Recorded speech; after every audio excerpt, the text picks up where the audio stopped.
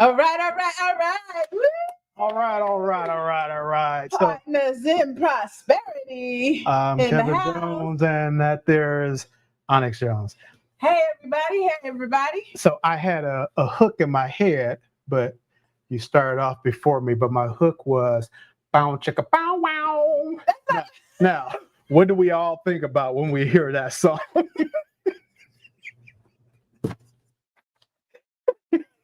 Yes, most people think about, depending on your age. Chicken wings? No, no. We talking about adult things. Anyways, all right.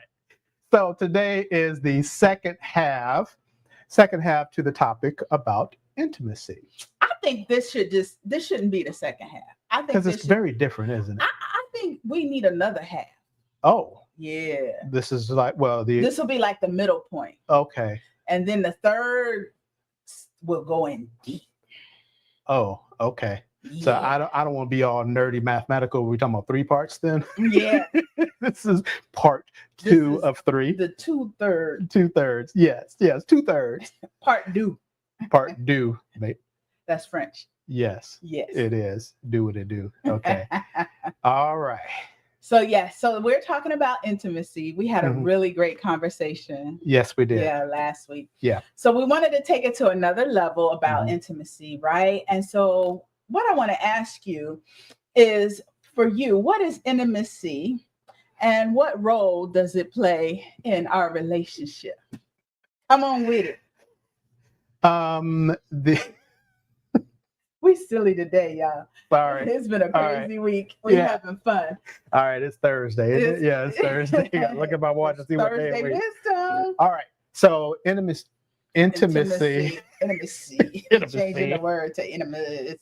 What are we talking about? Physical, emotional, psychological? Okay, so the highlight of what we're talking about is intimacy and a mental capacity. Okay. And how connected you are with the other person, where they don't even have to be in the room. Right. Yeah. Okay. So I wanted to calm myself so these things can start working. All right. So intimacy and being ultimately connected with you. Yes. That intimacy is what we're talking about. And if I know you, but on a deeper level, as you say, then I can be unequivocally connected with you. And that would be the epitome of being intimate with someone, is being connected and across all levels, not just the physical. Because you can be physically intimate with someone and never know their name. Well, yeah. Is that intimate or is that just physical? It is a grade or a. I wanna get physical. Love those songs. It is an aspect of intimacy. Sex is an aspect of intimacy. Okay. And you can have a sexual, intimate moment with someone and not be intimate with them in other ways. Gotcha. Yes. Not sure how we got there, but. The example that we talked about is if all of our senses were cut off. Yes. Right? So we couldn't see, we couldn't feel each other, we couldn't hear each other. Yes. But just your mere presence, if you stepped into a room and it was completely dark and I had no senses, there would be an energy shift that I felt inside me that I would be like, you're somewhere around. Yeah. That is really being connected with someone. Yeah. Now, honestly, that is a real thing. If anyone has a pet, and they have a dog, for example, the dog starts going crazy before anybody in the house hears the car pulling up. It's like the dog knows that you're close by. Right. And they just start getting antsy. Yeah. And moving around. Yeah. Because they feel your energy within some kind of distance, right? Yeah. Like you're close. And I would always know with our dog that either Sam or you were going to be home soon, because he would start getting antsy. Yes. Yeah. I think dogs have tapped into quantum entanglement, they have tapped into that greater than people have. Yeah. Quantum entanglement. You guys should look that up. Yeah, that's very scientific. Yeah. But very real. Yes. Yeah, and that's what it's relevant to when you can feel someone's presence in the room, and your senses, when you shut out the 5 senses, it's 5 of them. Yeah, 5 yes, of them. There's 5. There's 5. There's 6, but we won't get into that right now. So 6. yeah, we'll get into that later. That's a different video. That part 3. Yeah, that's part 3. Yeah, I got to come back for part 3 so you can find the 6th sense. Everybody has it. Some just don't know they have it. Yeah, come back for part 3. Okay, so but quantum entanglement, when 2 people are connected on a universal, I'm not going to try to go into all of that, but there's a connection between people, no matter where you are or how far apart or how close you are. The connection is still there. Yeah. And that's a really nice space to be in when you are with your spouse. Yeah. And you're connected at that level. Yeah. Yeah. Yeah. To think of you and you call me. Yeah. Yeah. That's nice. Yeah. That's real connection. Yeah. It's also something that is conscious, right? It has to be nurtured. It's not automatic, right? Because I always celebrate how intimate we are. However, I also know that that's developed over time. Yes, it is. Yeah. And it's something that you have to nurture. Yeah. And water, just like you water a plant. Right. Yeah. So what you doing? Let me have your mic. Where is it? We live, you know that? I know we live. Give it here. Yeah, he's undressing me, y'all. Technical adjustments right here. Stand by, people. You don't think they can hear me? They can any second now. Oh, I'm probably so loud they heard me through your mic. You guys were hearing her through my mic, and hers was not I'm loud. On. I just turned hers on. I'm loud, y'all. Okay. All right. Yeah. So tell me about emotional balance and how that plays a role in intimacy. You know, couples sometimes go through highs and the lows in relationships. Some people are even addicted to that. Oh yeah, the chemicals that the body puts out in those highs and lows, the changes. Yes, that is a thing. It is a chemical that goes through the body, and people can become addicted to that chemical. Yes. Yeah. It's real. And I guess it's to each his own. I mean, or do you think it gets old after a while, or is it important? Hey, Barbie. Hey, and she's running errands. She's multitasking. Thank you for joining us. Yes, thank you, Barbie. Well, I think it is. We're doing wonderful. We're doing good. He's acting out, Barbie. No, I'm not. I'm just acting as myself. So the topic was the ups and downs emotionally, and does that ever get tired? Or do you think it gets old for couples that's their way of functioning? Do we just say, well, to each his own? Or do you think after a while that having those extreme highs and lows in a relationship can wear on the relationship? Okay, so I will give you my personal opinion. And this is just the opinion of Kevin S. Jones. This is just my opinions. All right, so for me, yes, that gets old immediately, very quickly. Well, yes. Because, and I said it's just my opinion, right? Emotions affect the person with the emotions and the propensity of affecting the person next to them or the person that it's associated with. And inevitably, it can become a tool to control other people around.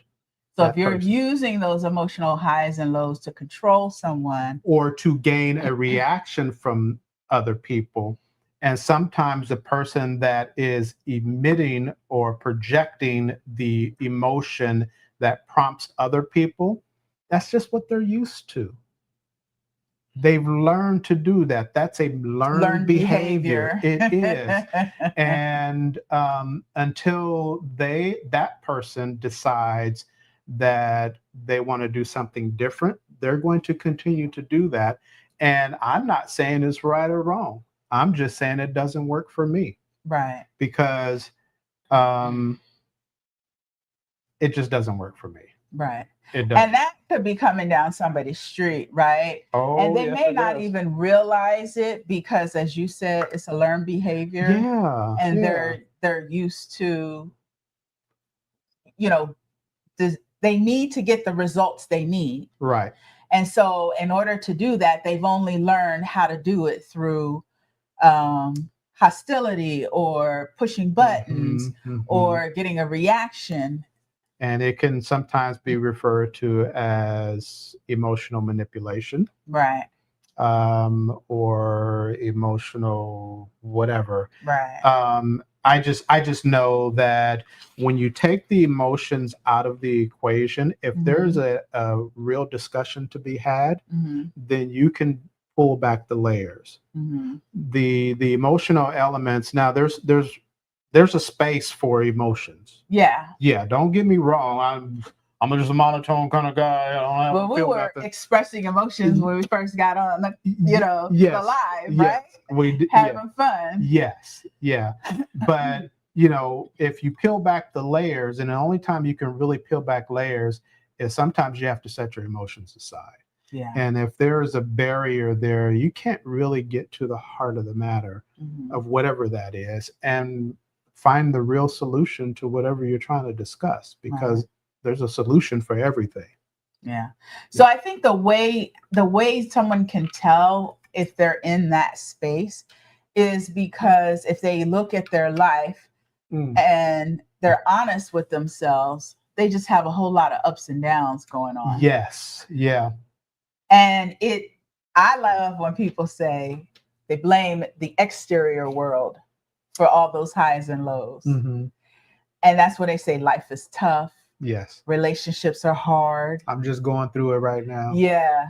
Yeah. And really that's just what they've created. And they don't understand that they actually have created these events to go on and occur. Right. And they have the power to also have like a peaceful relationship.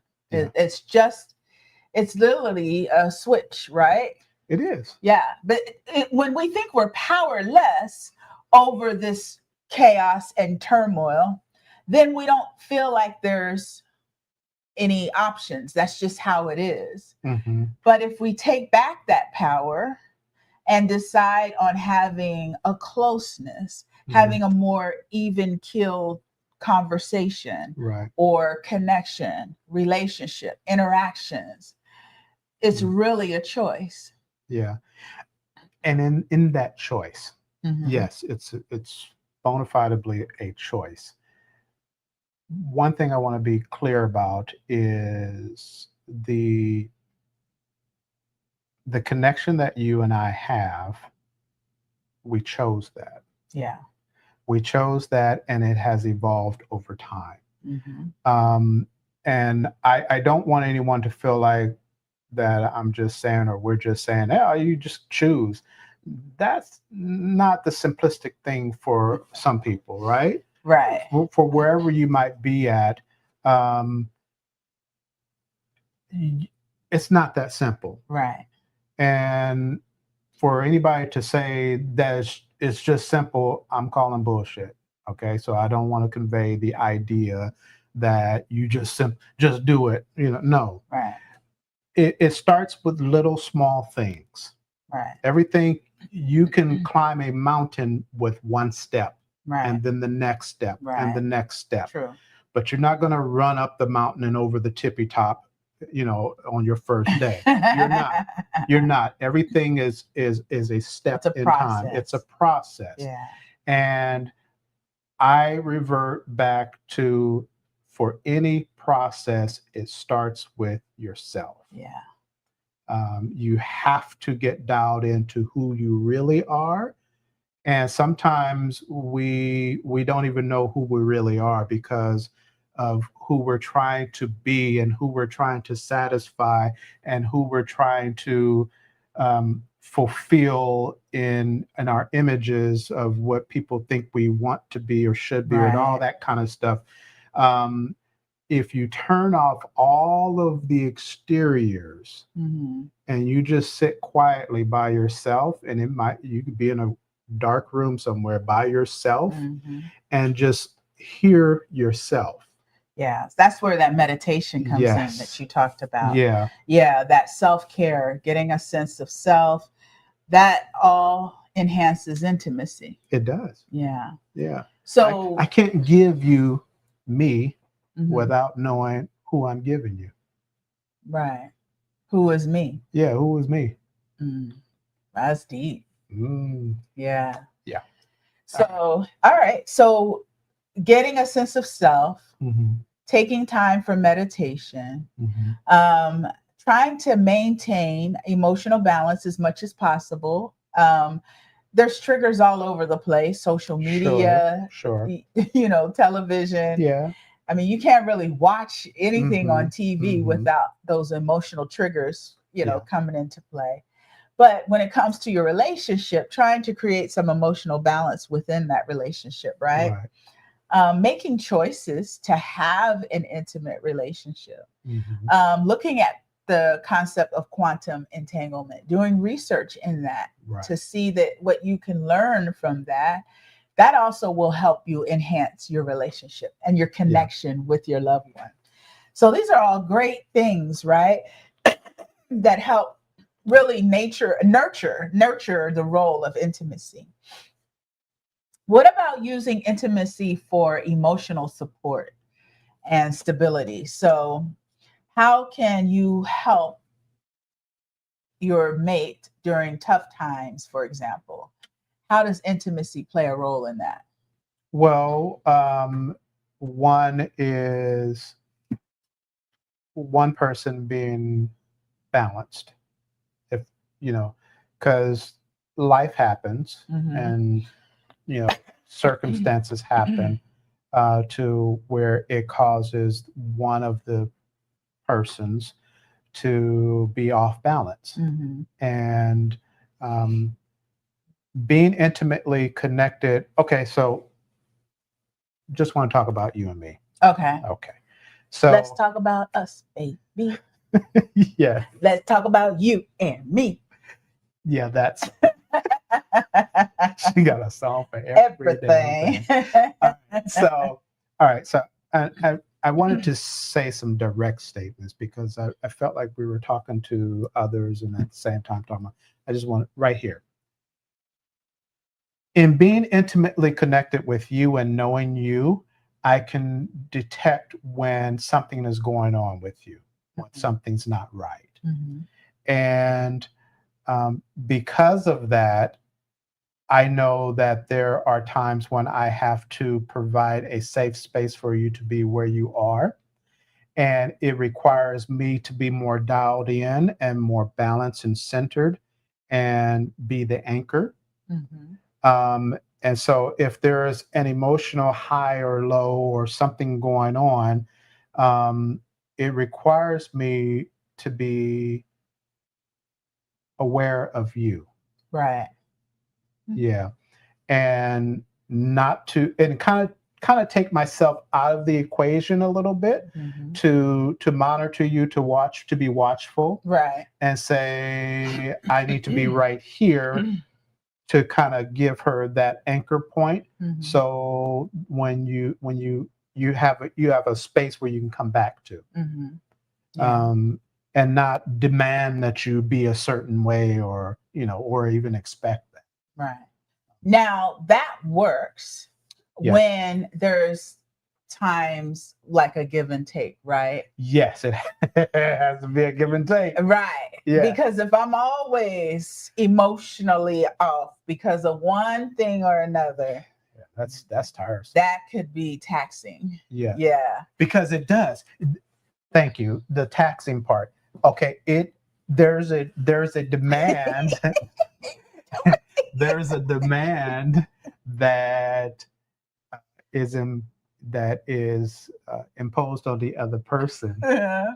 There's a demand that's imposed on the other person being the anchor, right? Yes. Yeah. So because you have to be thoughtful for the person that's off balance, and you have to be thoughtful of yourself right. at the same time. Right. And that's in a limited space. Right. It's a limited space. Yeah. And so if you have to be that way frequently, all the time, no, that's when that thing about does it get old? Yeah, that gets old. It gets old. So then really what you're saying is each of us has a responsibility to try to maintain an emotional balance within ourselves, right? Yes. For the most part. Yeah. But there are absolutely times when you need a hug, or you need a good cry, or you just need to let it out. And that happens. I imagine coming up soon when my son moves out, I'll probably be the more emotional one because him and I hang out the most, when just around the house. So if he's not in the house, right, there's this loss, right? This feeling, which is partly why I took the part-time gig I got, because it was like, okay, that will get me out of the house. So I took responsibility in knowing there's going to be a day where if I'm sitting around the house all day and my son's not coming home, he's going to his own place, I'm going to feel a certain way. Like I had to take ownership of that. Yes. And I go, okay, so when I'm, have the opportunity to take a part-time work, I was like, I really should consider this, right? Yeah. Because I know myself, and I know I might feel a certain way come September. Yes. Yeah. Yeah. So yes, to be on alert, because that's potentially going to be an emotional phase. Yeah. But at the same time, let me take ownership of it as well and make some decisions proactively to make sure that I stay balanced. Yeah. Taking responsibility. Yeah. And that's important. That really is. Yeah. So let's see. We can steady each other, but then we also need to be the own drivers, right? True. Of our and emotional stability. Yeah. And being emotionally mature enough to know when you're off balance. Yeah. And that's not even having to say it. Like, I don't have to say, honey, I'm off balance. Yeah, no. But for me, whenever I'm off, I know I'm off.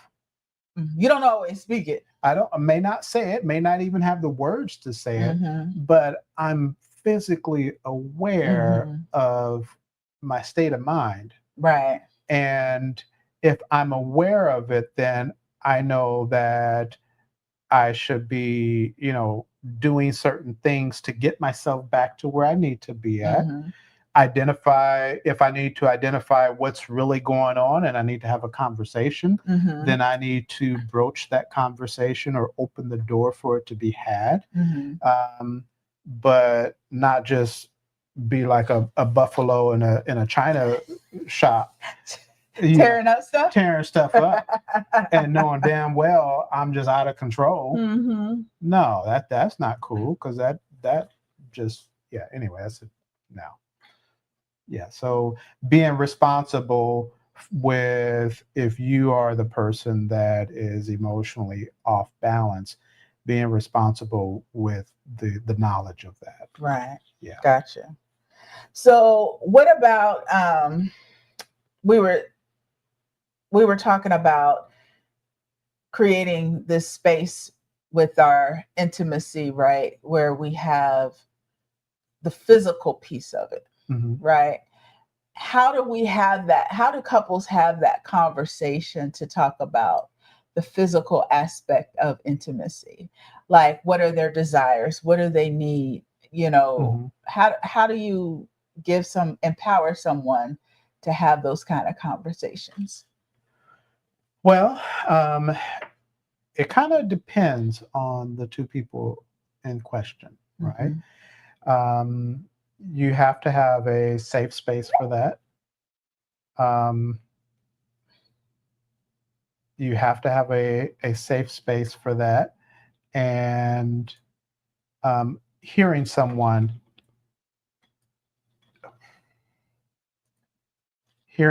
out playing with buttons over there.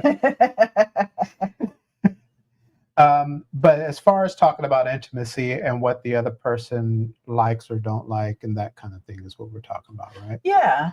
Now, I don't think a lot of women feel empowered to be able to discuss the intimacy. Well, you kind of have to, though. You have to. And you kind of really miss out if you don't. Mm-hmm. You don't, because otherwise I'm just guessing, and that's not fun. I mean, going on an adventure is one thing. A scavenger hunt and you never find what you're looking for, that's not fun. Right. So you think from a male perspective, so this is helping women out, right? Because we have our own stories, right? Yeah. Like if we have to tell you what to do, number one, sometimes we feel like we don't want to be like a teacher, right? Like, right. Okay. We don't want to be like a teacher. I got that. Okay. So I grasp the context of what you're saying. All right. So it may be in conversation outside of the bedroom, in the middle of the day while you walking, you could say, hey, you know what? I want to try XYZ. Okay. Or so in a neutral space. You address the topic. Where it's not like prompting in the moment. Right. Right. Or if you're watching a movie and something's happening in the movie, and I don't know what kind of movie you're watching, but it could be XYZ movie. So you're watching a movie and something happens in a scene, and you could, share the idea that that's intriguing, or something tangible to that, or take that into a conversation. Or a book you were reading. Or a book that you were reading in your head, whatever. Whatever it is. But if you share your thoughts and your desires outside of the bedroom, less stress. Yes, without the anticipation or expectation or the thought of giving instructions or whatever. But I'll be candid and say this: the title or the phrase of not wanting to give instructions, mm-hmm. that phrase or that concept is simply a barrier that has been placed mm-hmm. to restrict women or even men from sharing their real true thoughts. Mm. Because there's instructions for every damn thing under the sun. That's true. And anything why in the hell not give instructions on what you... I mean, come on. Right. I mean, even if you, like this cup came with some instructions on how to clean it. Right. Whether to put it in the dishwasher or not, right? Instead of it just saying clean it. Right. No, it came with instructions. So if an inanimate object is worthy of very detailed instructions, why are you the person, the complexity? Right. Oh my God, the complexity of a woman, her mind, body, and soul is, if you looked up the word complexity, it should be a picture of a woman right there. Right. And why not give instructions? Right. I'm not a woman. I'm not. Right. And for me to have understanding about the integral, very detailed aspects of you and your body, because your body is so governed by your mind. Mm-hmm. And there's so many things that are very much not like men. Right. And it changes over time. Absolutely. As well. Yeah. Yes. So it is good. I know I will say for me, and this is really speaking to the ladies, I had to get my voice, mm-hmm. When it came to intimacy. So yes, you're right. When we would have conversations in, random area, like going for a walk or at the coffee shop and we're sitting outside. That made it easier. Also, going to a adult store. And let me tell you, the first few times we would go into an adult store, I giggled at everything. I was like, oh my gosh, look at that. Oh, yeah. I went through the whole nine. Because I don't even know if we were in there to buy stuff. It was just to go in there to see. I took you in there just to see. Peruse. Yeah, just to see what was out there. Small steps. Yes, baby steps. It was like modern technology. I was like, my God, like I didn't even know these things existed, right? Yeah. And then it was also just having conversations. Yes. Like, would you space for conversation? Yeah. Would you like this? Would you like that? No. Oh no, I'm not doing. Yeah. Right. But it was So that. But you don't know until you have the conversation, right? Or until you walk through a store, right? And now you can just go online and look this. You can go online and look things up as well if your privacy or anonymity is important to you. You use DuckDuckGo. So you can use DuckDuckGo, and that's supposed to shield. That sounds like a game. That's one of them games, y'all. So write that down. But DuckDuckGo, you can use that to surf the internet, and it doesn't track sites that you've been at if you're concerned. But all that stuff really is on Amazon. You ain't got to do all that. Just go to Amazon. They got a lot of stuff on Amazon. Yeah. But having those conversations. Yes. Because I know that there are plenty of people that have never been into an adult novelty store. Right. Yeah. Well, I mean, I said was some of the toys that I discovered in our relationship. I was mad because I was like, how am I 40 years old just learning about this? What the hell? I feel like I've been been bamboozled. Yeah. I felt like my mother should have taught me some of this stuff. Yeah. Yeah, because it was a hush conversation. Yeah, absolutely. Especially if you're in the church. Woo-wee. Yeah, but it's crazy because you have this mindset if you're in the church, no sex before marriage, that's bad and stuff like that. It takes a minute to flip the switch when you actually get married. You're like, you still stuck in the mindset of that's not proper. That's not the right thing to do. And you're married now. It's like you're married now. You can just, have fun with your mate, know? And that is one aspect, which is an aspect that you and I grew up on. Yes. But rightly divide does not mean that you, the listener, the watcher, is required to be married. So, I mean, and you guys you do whatever you do. Absolutely. Whatever that is what that is. Yes. Right. Because as long as you're happy. You're happy. Yes. And you're doing the things that you feel is right for you. Yes. Yeah. Because if you do it with hang-ups, then you're not going to enjoy it. No, it won't last. No. And you miss out. And you're wasting your time, really. Yeah. You miss out. Right. Man. So you have to do what is right for you. Yeah. We're definitely clear on that. Even in our marriage, in our relationship, right? We had to have a discussion about what feels right for us physically, right? There's different novelties out there. I won't get into all the details of the novelties, but we won't. Okay. I'm just messing with you. Keep going. But there's things with toys or whips or chains or lions and tigers and bears. Oh my. Oh my. You can role play. I mean, there's card games. So the thing that got me slowly in there was this card game we had. Right. That was like slowly getting me to relax. Small steps. And so we had these card games. You pick the card and it was just like, kiss your mate on the neck or the shoulders, the back, and it was just fun stuff.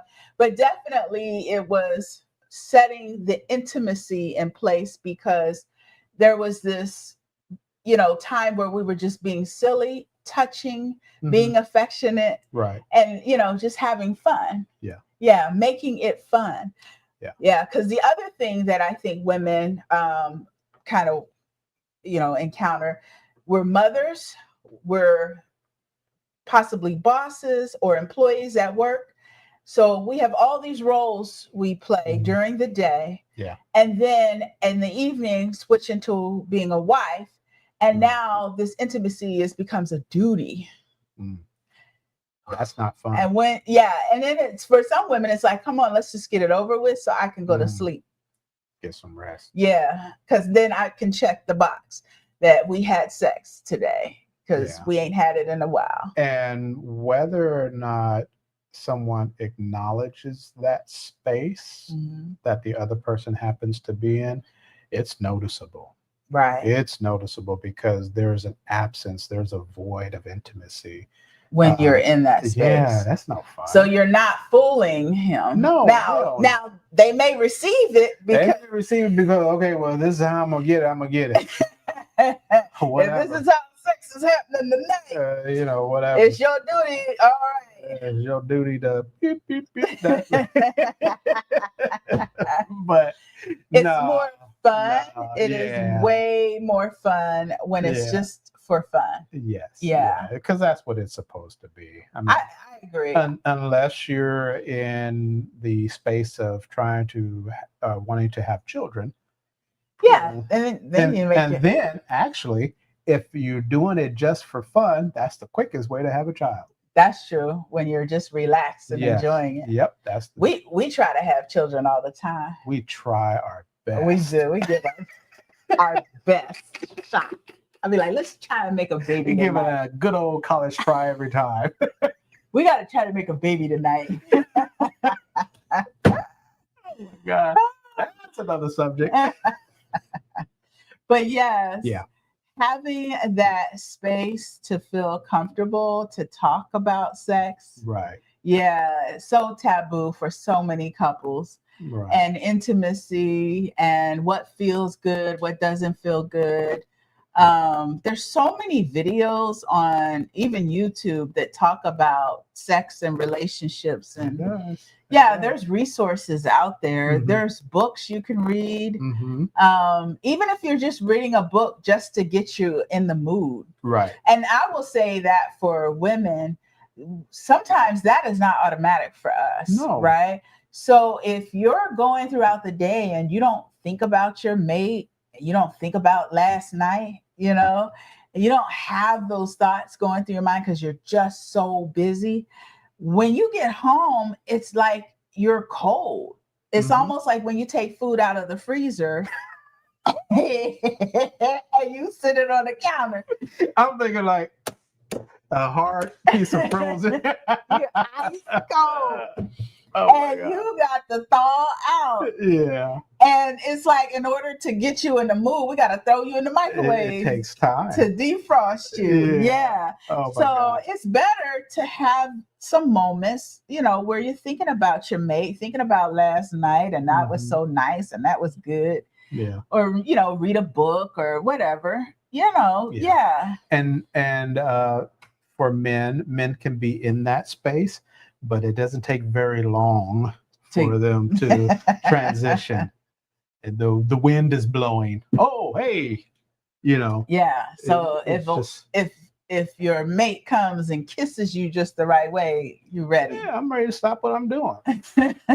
Anything else is not very important. I love when I ask you tired? Like, no, hell no, I ain't tired. Nope. We might want to do it standing up because if we lay down, I might go to sleep. But no, I'm not tired. You have to be creative.